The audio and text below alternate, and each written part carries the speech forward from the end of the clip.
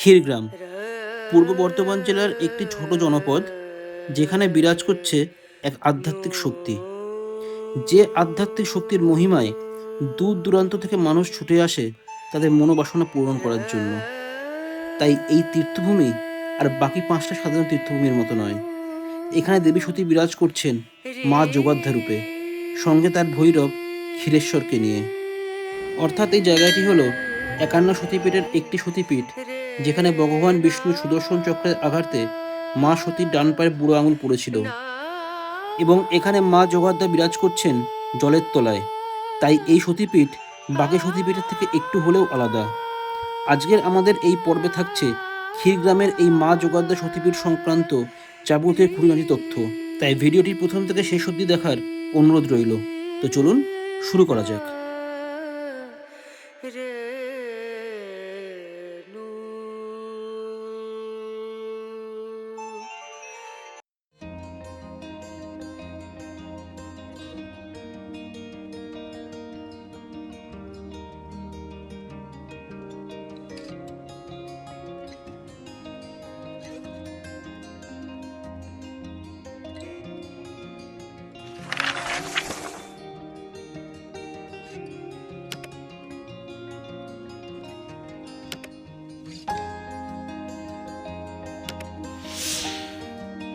যোগাদ্দা সতীপীঠে আসতে হলে আপনাদের হাওড়া থেকে ধরে নিতে হবে হাওড়া কাটোয়া লোকাল এবং নেমে পড়তে হবে কাটোয়া স্টেশনে। সেই কাটোয়া স্টেশনের 7 নম্বর প্ল্যাটফর্ম থেকে বাইরে বেরিয়ে একটা বাস নিয়ে নিন। সে বাস করে নেমে পড়ুন কৈচর মোড়ে। সেই কৈচর মোড় থেকে প্রায় একটা 3 থেকে 4 কিলোমিটার দূরে একটা টোটো বুক করে চলে আসতে পারেন এই যোগাদ্দা সতীপীঠে। যদি কাটোয়া স্টেশন থেকে বাস না পান তাহলে গাড়ি বুক করে নিতে পারেন। বাস না পান কেন বললাম, কারণ ওখানে বাস খুবই কম চলে। বাস পেয়ে গেলে খুবই ভালো, নইলে গাড়ি বুক করে নিতে পারেন। এইভাবে আপনার ট্রেনে করে এই যোগাদ্দা সতীপীঠে চলে আসতে পারেন। আর বাই রোড কিভাবে এই সতীপীঠে আসবেন সেই ডিরেকশনটা আমি এই ম্যাপে দিয়ে দিলাম, দেখে নিন। যেহেতু আমরা হালিশহর থেকে যাত্রা শুরু করেছিলাম, তাই হালিশহর থেকে যোগাদ্দা সতীপীঠের দূরত্ব প্রায় 122 কিলোমিটার। হালিশহর থেকে যোগাদ্দা সতীপীঠ দুরকম রাস্তা দিয়ে আসা যায়। প্রথম রাস্তাটি হলো কল্যাণী কাঁচরাপাড়া হয়ে ঈশ্বরগুপ্ত সেতু পেরিয়ে মগরা হয়ে ধরে নিন জিটি রোড। সেই জিটি রোড ধরে পান্ডুয়া, বইঁচি, মেমরি পেরিয়ে সাতকাছিয়া, কুসুমগ্রাম, মান্তেশ্বর, চন্দ্রপুর, গীতাগ্রাম হয়ে সোজা চলে আসুন কৈথান অবধি। সেই কৈথান মোড় থেকে বাঁ দিকে ঘুরে উঠে পড়ুন কৈচর কালনা রোডে। সেই কৈচর কালনা রোড ধরে চলে এসে ক্ষীরগ্রাম হসপিটালের সামনে দিয়ে সোজা চলে আসতে পারেন এই যোগাদ্দা সতীপীঠে। এটা হলো আরেকটা রুট। আরেকটা রুট হলো মগরা থেকে বাঁদিকে ঘুরে উঠে পড়ুন মগরা গ্রুপ রোডে। সেই মগরা গ্রুপ রোড ধরে সুলতানগাছা, মহানাদ, জয়ের, রামেশ্বরপুর, গুড়াপ, জৌগ্রাম, রসুলপুর, শক্তিগড়, বর্ধমান হয়ে বলকানা, নেগুন পেরিয়ে সোজা চলে আসতে পারেন আপনারা ক্ষীরগ্রামের এই যোগাদ্দা সতীপীঠ মন্দিরে। কলকাতা থেকে আসতে গেলেও আপনারা এই দুটো রুটের মধ্যে যে কোনো একটা রুট ধরে চলে আসতে পারেন ক্ষীরগ্রামের এই যোগাদ্দা সতীপীঠ মন্দিরে।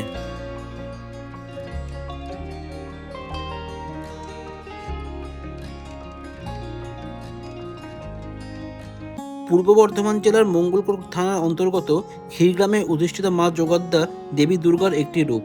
পীঠনির্ণ তন্ত্র মতে অষ্টাদশ পীঠ হল ক্ষীরগ্রামের যোগাদ্দা সতীপীঠ। বহু প্রাচীন গ্রন্থে এই ক্ষীরগ্রামের উল্লেখ পাওয়া যায়। তবে সবচেয়ে প্রাচীন গ্রন্থ হল কুজ্জিকা তন্ত্র গ্রন্থ। তবে মধ্যযুগ থেকে এই ক্ষীরগ্রামের নাম ও খ্যাতি ছড়িয়ে পড়েছিল মঙ্গল কাব্যের হাত ধরে। প্রচলিত আছে যে এখানে দেবীর ডান পায়ের বুড়ো আঙুল পতিত হয়েছিল। দেবীর ভৈরব হলেন ক্ষীরকণ্টক মহাদেব। কবি কৃত্তিবাসের রামায়ণে লেখা আছে দেবী যোগাদ্দা ছিলেন পাতালের মহিরাবণের আরাধ্যা দেবী। কাহিনীতে ছিল মহিরাবণ রাম লক্ষ্মণকে বেঁধে পাতালে নিয়ে গেছেন।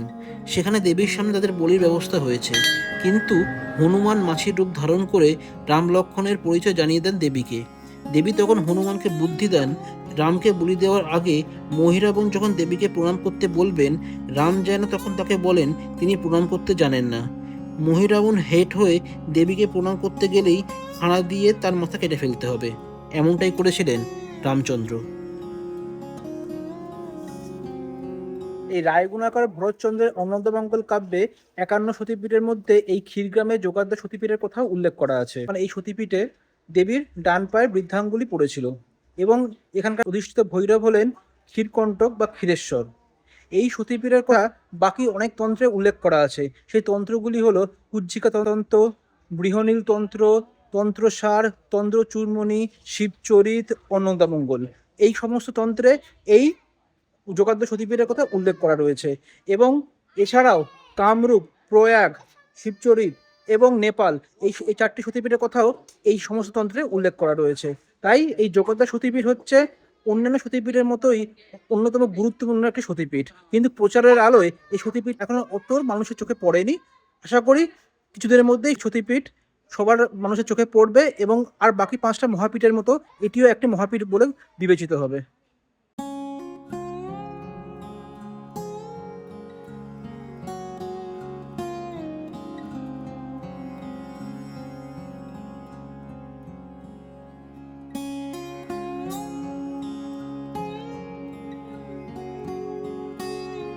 তো এখন আমরা চলে এসেছি মা যোগাদ্দা সতীপীঠের গর্ভগৃহের মধ্যে।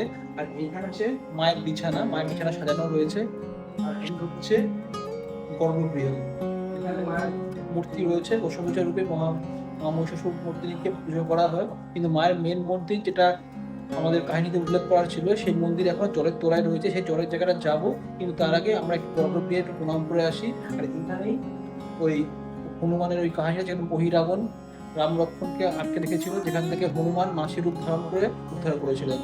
সেই গর্ভগৃহের ওই দিকে আমরা যাব, প্রবেশ করবো। চলুন এবার আসি দেবী যোগাদ্দার পুজোর ইতিহাস নিয়ে যে কাহিনী বর্ণিত আছে তার কথায়। কথিত আছে, বহু বছর আগে হরিদত্ত নামে এক রাজা দেবীর আদেশে শুরু করেছিলেন এই পুজো। কিন্তু নরবলি দিয়ে হতো এই পুজো। রাজা তার সমস্ত পরিবারের জন্য এই নিয়ম চালু করেন যে প্রত্যেক পরিবারের একজন সদস্যকে প্রতি পুজোয় বলি দেওয়া হবে। এই নিয়মে স্বাভাবিকভাবে শোকের ছায়া নেমে আসে প্রজাদের পরিবারের মধ্যে। নিয়ম অনুসারে একদিন পুরোহিত ব্রাহ্মণের পালা পড়ে তার একমাত্র ছেলের প্রাণদান করতে হবে। ভীত সশস্ত্র ব্রাহ্মণী মাঝরাতে ছেলেকে নিয়ে গ্রাম ছেড়ে পালিয়ে যান। কিন্তু রাস্তায় দেবী যোগাদ্দাকে দর্শন দিয়ে আশীর্বাদ করে বলেন গ্রামে ফিরে যেতে। এবং তার আদেশে নরবলির পরিবর্তে শুরু হয় মহিষ বলি। দেবী হয়ে ওঠেন মহিষমর্দিনী জগদেশ্বরী।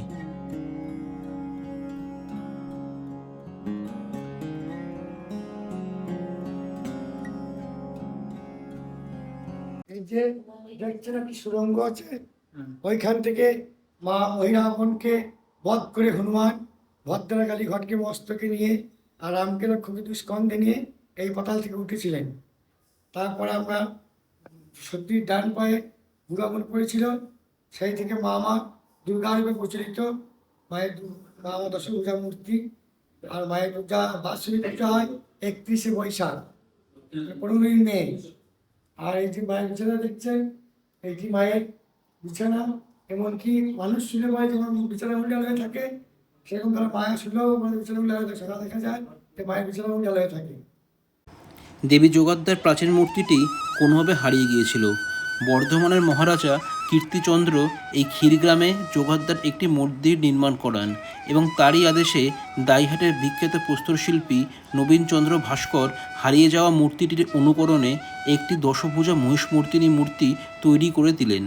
নতুন তৈরি হওয়া মূর্তিটি অবশ্য বছরের অন্যান্য সময় ডুবিয়ে রাখা হতো ক্ষীরদিঘির জলেই।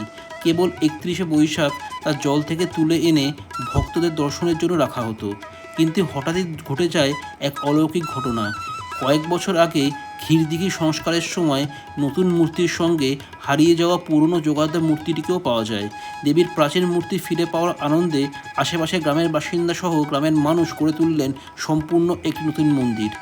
সেই মন্দিরে প্রতিষ্ঠিত হলো ফিরে পাওয়া প্রাচীন দেবী মূর্তি। ভোগ ঘর, এখান থেকে ভোগ বিতরণ করা হয়। মাত্র 51 টাকা বিনিময়ে এখানে ভোগ বিতরণ করা হয়। না, আজকে ভোগ দেওয়া শেষ হয়ে গেছে, আমি একটু দেরিতে এসেছি, তাই আজকে পেলাম না। পরের বার এলে নিশ্চয়ই ভোগ খাবো। এবার চলুন যাওয়া যাক।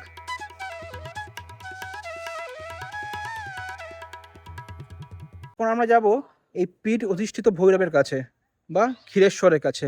মহাদেব বাইরে আছে, মন্দিরের বাইরে। চলুন সেই মহাদেবের কাছে যাই, ভৈরবের কাছে যাই।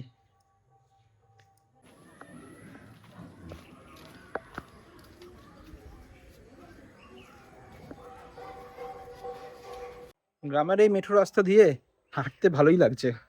চড়িয়ে মন্দিরের বাইরে খুলেছিলাম, এখানে খালি পায়ে যাচ্ছি ভৈরবের কাছে।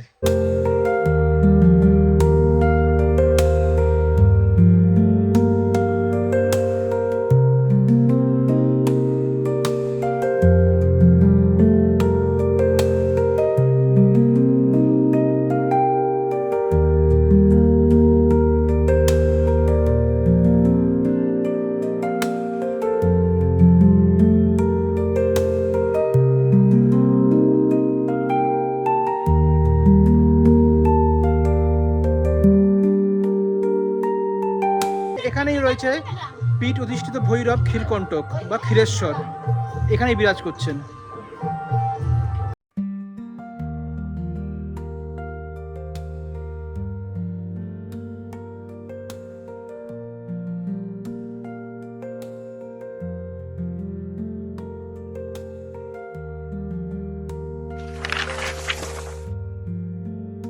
এখন আমাদের শেষ হলো, এখন আমরা যাচ্ছি সেই জলের কাছটায়, মানে যেখানে ওই হনুমান কর্তৃক যে ভদ্রকালী বা যোগাদ্দার যে মূর্তিটা উদ্ধার করা হয়েছিল, সেই মূর্তিটাকে ওইখানে কালাপাহাড়ের হাত থেকে ওইখানে ডুবিয়ে রাখা হয় এবং সংক্রান্তির দিন ওই মূর্তিটাকে তুলে পুজো করে আবার সেই জলের মধ্যে ডুবিয়ে রাখা হয়। সেই যে কালাপাহাড়ের হাত থেকে বাঁচানোর জন্য যে মূর্তিটাকে ওখানে ডুবিয়ে রাখা হয়, সেই প্রথা আজও চলে আসছে, আজও এই নিয়মে হেরফের হয় না। তো চলুন আমরা সেই জলের কাছে যাচ্ছি যেখানে ওই মূর্তিটা ডোবানো রয়েছে। মূর্তিটাকে তো দেখতে পাবো না, বাইরে থেকে ছবি তুলবো সামনে।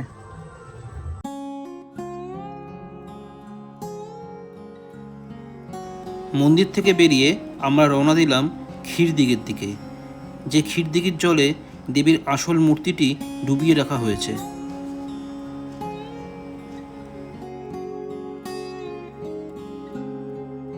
প্রসঙ্গত বলে রাখি, বার্ষিক পুজোয় ছাগ, মেষ, মহিষ বলির নিয়ম রয়েছে। বলির রক্ত ক্ষীরদিঘিতে নিবেদিত হয়। লক্ষ লক্ষ ধর্মপ্রাণ ভক্ত আসে দেবীর দর্শন প্রার্থী হয়ে। বৈশাখ সংক্রান্তি এবং চৈঠা জ্যৈষ্ঠ এই দুদিন ভক্তরা দেবীর দর্শন লাভ করার সুযোগ পেয়ে থাকেন। পুজোর পর দেবী আবার ফিরে যান ক্ষীরদিঘির জলে। এমনিতে নতুন মন্দিরেই প্রতিদিন নিত্য পুজোর ব্যবস্থা রয়েছে। দেবীকে প্রতিদিন আমিষ সহ অন্নভোগ নিবেদন করা হয়। সেই জায়গা যেখানে রামভক্ত হনুমান যে ভদ্রকালী বা যোগাদ্দার মূর্তিটি বানিয়েছিলেন, সেই মূর্তিটিকে কালাপাহাড়ের হাত থেকে বাঁচানোর জন্য এই জলের তলায় ডোবানো আছে। এবং সংক্রান্তির দিন কি হয়, এই মা যোগাদ্দাকে এখান থেকে তুলে এনে ওই মেন মন্দিরে নিয়ে গিয়ে পুজো করা হয়, আবার পুজো হয়ে গেলে এখানে আবার ডুবিয়ে রাখা হয়। আর এইখানেই মা যোগাদ্দা বিরাজ করছেন। মা যোগাদ্দা বছরের মধ্যে 359 দিন থাকেন জলের নিচে। ভক্তের ডাকে মাত্র 6 দিনের জন্য উঠে আসেন তিনি। আসলে দেবী যোগাদ্দার কালো কোষ্ঠী পাথরের তৈরি সিংহবাহিনী মূর্তিটি রাখা হয় মন্দির সংলগ্ন ক্ষীরকুণ্ড নামের এই দিঘির জলের নিচে। প্রত্যেক বছর মাত্র 6 দিনের জন্য এই মূর্তি জল থেকে তুলে এনে পুজো অর্চনা করা হয়। এর মধ্যে মাত্র 2 দিন দেবী দর্শন পান ভক্তরা, বৈশাখী সংক্রান্তির আগের দিন এবং জ্যৈষ্ঠের 4 তারিখে। বাকি 4 দিন আষাঢ়ী নবমী, বিজয়া দশমী, 15ই পৌষ এবং মাঘ মাসের মাকুড়ি সপ্তমীতে দেবীকে জল থেকে তুলে মন্দিরে পুজো করা হলেও তাকে সাধারণ মানুষজনের দর্শনের অনুমতি থাকে না। প্রচলিত কাহিনী অনুযায়ী মহিরাবণের বধের পর তার পত্নী ক্ষোভের দুঃখে দেবী যোগাদ্দা বিগ্রহ জলে ফেলে দিয়েছিলেন, তখন থেকেই দেবীর জলে বাস।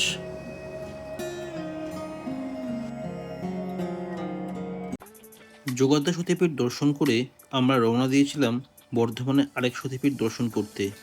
সেটি হলো কোকগ্রামের উজানি সতীপীঠ, যেখানে দেবীর বামকর্ণী পতিত হয়েছিল। দেবীর নাম এখানে মা মঙ্গলচণ্ডী এবং ভৈরব হলেন কপিলাম্বর। সন্ধে হয়ে যাওয়ায় এবং মন্দির বন্ধ হয়ে যাওয়ার সময় এসে পড়ায় আমরা এই সতীপীঠটি ভালো করে ঘুরে দেখতে পারিনি। তবে কথা দিলাম, খুব শিগগিরই দিনের বেলা এখানে আসব এবং জায়গাটি ভালোভাবে আপনাদের কাছে তুলে ধরবো। ঘড়ির কাঁটা তখন 8:30 পেরিয়ে গেছে। আমরা রওনা দিলাম বাড়ির উদ্দেশ্যে। তবে ফেরার পথে আমরা শক্তি করে দাঁড়ালাম সন্ধেবেলার কিছু স্ন্যাক্স খেতে, এবং এখানেই আমরা আজকের গল্পের ইতি টানলাম। যাত্রা আজকে এখানেই শেষ হলো। আজকে আমরা ফেরার পথে এসেছি শক্তিগড়ে বালাজি ফুড পার্কে আমরা একটুখানি টিফিন করবো। তো আজকে আমাদের ভিডিওটা কেমন লাগলো কমেন্ট করে জানাতে ভুলবেন না। জানি সতীপীঠটা অন্ধকার হয়ে গেছে বলে ভালো কিছু দেখাতে পারিনি, কিন্তু যোগাত্তাটা আমি যতটুকু পারি দেখানোর চেষ্টা করেছি। বলো তোমার কেমন লাগলো? আমার খুব ভালো লেগেছে, কিন্তু জার্নিটা আজকে দেখতে পারি ভালো লাগলো। হ্যাঁ, অন্ধকার হয়ে গেছিলো বলে, আর সকাল থেকে অনেকটা মানে জ্যামের মধ্যেও পড়ে গেছিলাম, একটুখানি লেটও হয়ে গেছিলো, সেই জন্য আমরা ভালোভাবে দেখতে পাইনি উজানি সতীপীঠটা। যদি কোনোদিনও দিনের বেলা আসি তাহলে ভালোভাবে দেখাতে পারবো। তবু যতটুকু পারি নিজের মতো করে দেখানোর চেষ্টা করেছি। তো কেমন লাগলো আজকে আপনাদের এই ভিডিওটা কমেন্ট করে জানাতে ভুলবেন না। তো এইভাবে আমাদের সঙ্গে পাশে থাকুন, দেখতে থাকুন আহারে বিহারে, আর প্লিজ সঙ্গে থাকুন আমাদের। তো দেখা হচ্ছে পরের ভিডিওতে। Till then, goodbye and thank you.